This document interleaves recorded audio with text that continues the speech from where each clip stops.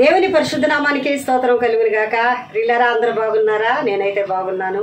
నా యొక్క పరిచర్యలో జరిగిన అనేక అద్భుతాలు మీతో పంచుకుంటున్నాను. ఈ రోజు దేవుడిస్తున్న లేఖన భాగం సంఖ్యాకాండం 23వ అధ్యాయం 23వ వచనం చూసుకుందామా. నిజముగా యాకోబులో మంత్రము లేదు, ఇశ్రాయేల్లో శకునము లేదు. హల్లెలూయా. ఈ వచనాన్ని 3 భాగాలుగా 3 రోజుల నుండి నేను మీతో పంచుకుంటున్నాను.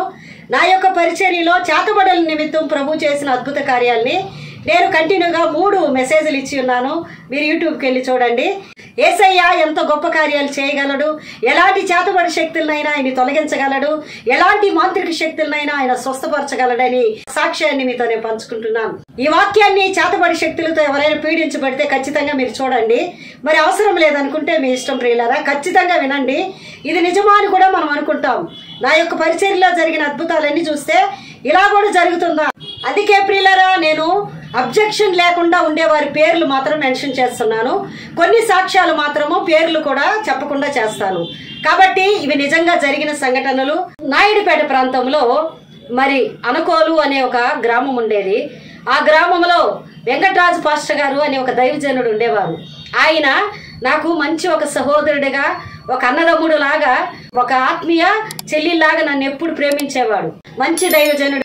ఆ యొక్క దైవజనుడు నన్ను ఆహ్వానించి, అమ్మా సంవత్సరానికి ఒకసారి, అప్పుడంతా ఏం చేసేదంటే, నాకు సంవత్సరం గుర్తులేదు ప్రియులరా, జరిగిన సంఘటన ఏంటంటే అనుకోల్లో మరి ఓపెన్ ప్రేయర్స్ స్టేజ్ చేసి ఘనంగా ఓపెన్ ప్రేయర్స్, అంగరంగ వైభవంగా ప్రేయర్స్, స్వార్థ కూటికలు జరిగాయి. వాటికి నన్ను ఆహ్వానించారు. వాక్య మరి పరిచర్య చేయడానికి చెన్నై ప్రాంతం నుండి దైవజనరాలు వస్తున్నారని పాంప్లెంట్ కొట్టి మరి అనేకులకి అనౌన్స్ చేసి చాలా గ్రాండ్గా అనేకమైన సువార్త సభలుగా ఆయన పెట్టారు 3 రోజులు. కానీ నేను లాస్ట్ రోజు ఆ యొక్క పరిచర్యకి వెళ్ళాను. వెళ్ళినప్పుడు ప్రియులరా, చాలా మంది ఉంటారు. నేను ఎక్కడికైనా ఒక పరిచర్యకి వెళ్ళినానంటే నేను భోజనం కూడా ఇంపార్టెంట్ ఇవ్వను. చివరి వరకు అనుశిష్టు వస్తున్నారని అనేక ప్రాంతాల నుండి షారాటాలలో, వాహనాల్లో వచ్చి ప్రార్థన చేయించుకుంటారు. ప్రార్థన అంటే అనుశిష్టర్ ప్రార్థన అంటే అంత ఇష్టము, అంత దేవుడు మాట్లాడతాడనే విశ్వాసంతో వాళ్ళు వచ్చేవాళ్ళు. చాలా మంది ముందుకు తోసుకుంటూ వస్తారు. వచ్చేటప్పుడు నేనేమంటానంటే, మీరు ముందుకు తోసుకొని రావద్దు, నేను చెన్నై ప్రాంతానికి మీ అందరికి ప్రేర్ చేసే నేను బయలుదేరుతానే కానీ ఒక్క ఆత్మను కూడా విడిచిపెట్టను అని చెప్పి నేను వారికి భరోసా ఇచ్చిన తర్వాత వాళ్ళు క్యూలో నిలబడతారు. ప్రియ దేవుని బిడ్డలారా, అలాగా చాలా మందికి మినిమం ఒక 12:30, 12, 1 గంట కూడా అయ్యి ఉండొచ్చు. కానీ అందరి కోసం నేను ప్రేర్ చేస్తూనే ఉన్నాను. చివరిగా ప్రియ దేవుని బిడ్డలారా, అత్తివరము అనే ఒక గ్రామంలో మరి రమణయ్య అనే ఒక కుమారుడు ఉండేవాడు.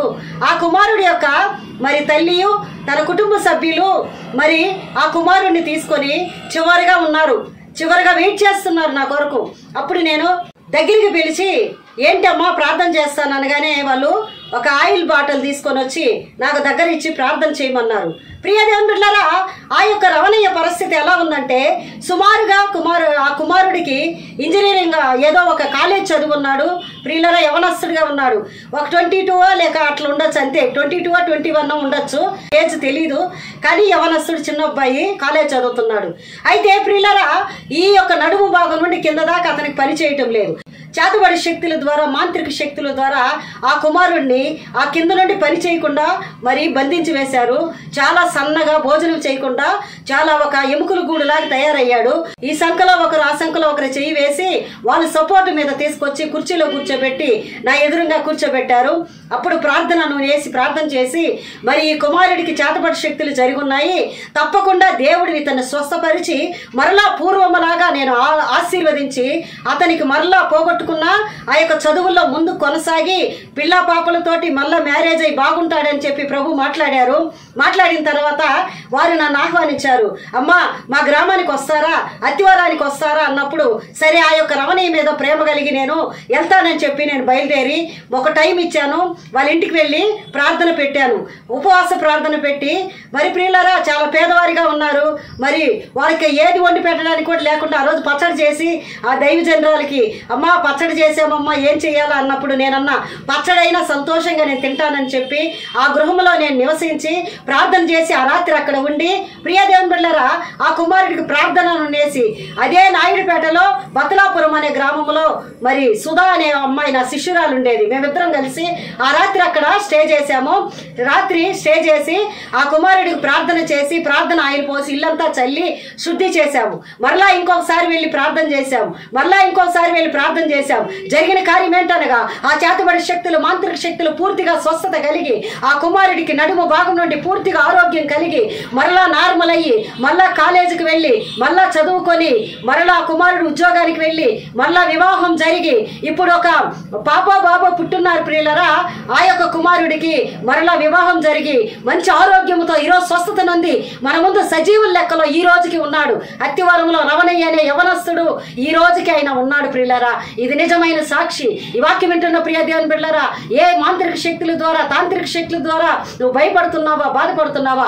యాకోబుకు విరోధమైన మంత్రము లేదు, ఇశ్రాయేలుకు విరోధమైన శకునము లేదని చెప్పిన దేవుడు, నువ్వు ఆయన రక్తముతో కడగబడి ఆయన వాక్యాన్ని ధ్యానిస్తూ ఆయన నామాన్ని ఎరిగి విశ్రాంతి దినమున ఆదివారం అయితే మందిరానికి వెళుతూ ఉపవాసం ఉండి బైబిల్ చదువుతూ ప్రార్థన చేస్తూ పాపాలన్నీ విడిచి నువ్వు దేవుని కొరకు నిలబడింది నిజమైతే నిశ్చయముగా నీ కొరకు ఏ మాంత్రికుడైనా సరే, ఏ శత్రువులైనా సరే నీ మీద ముగ్గు వేసి పిండి బొమ్మను చేసి మన పేరు మీద చేతబడి చేస్తే ఫలించదు. ఒకవేళ ఆ చేతబడి ఫలించిందంటే మనలో పాపం ఉందని అర్థం. ఆ చేతబడి సక్సెస్ అయిందంటే మనలో దేవుడు లేడని అర్థం. హల్లెలూయా. బైబిల్ గ్రంథంలో సౌలు అనే ఒక రాజు ఉండేవాడు. ఈ సౌలు ప్రియులరా మరి సోది చెప్పేవారిని ఆశ్రయించి దేవుని ఉగ్రతకి పాత్రుడయ్యి అతడు మరణమైనట్టుగా మనం చూస్తున్నాం. ఈ వాక్యం వింటున్న ప్రియ దేవుళ్ళరా, శకునాలు చూడగాకండి. సోది చెప్పే వాళ్ళని, మాంత్రికుల్ని, మరి అనేకమైన సూచకుల్ని ఏది కూడా నమ్మొద్దు. ప్రతి రోజు కూడా, ప్రతి నిమిషం కూడా, ప్రతి సెకండ్, ప్రతి గడియ ప్రభు చేసింది అంతా మంచిది మంచిది మంచిది.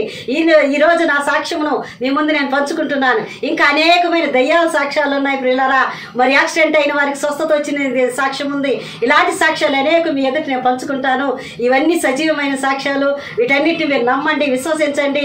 ప్రభువా, ఆ రమణికి స్వస్థపరిచింది నిజమైతే నాకు స్వస్థపరచండి అయ్యా అని మీరు ప్రార్థన చేయండి. రోజు 10 గంటలకి లైవ్ లో వస్తున్నాను.